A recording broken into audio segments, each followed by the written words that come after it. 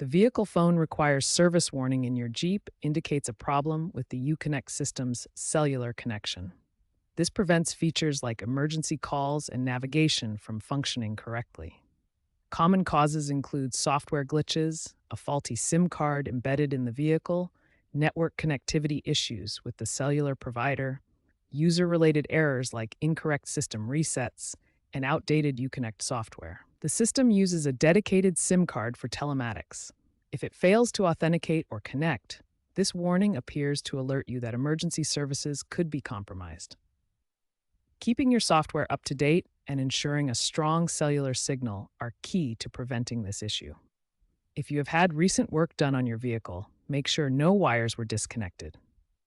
Start with basic troubleshooting by power cycling your Jeep. Turn it completely off for 5 to 10 minutes to reset the system. Next, check the SIM card location, often under the passenger seat, for any visible damage or corrosion.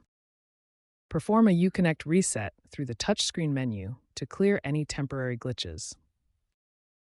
If basics don't work, update your Uconnect software through the app or visit a dealership for assistance.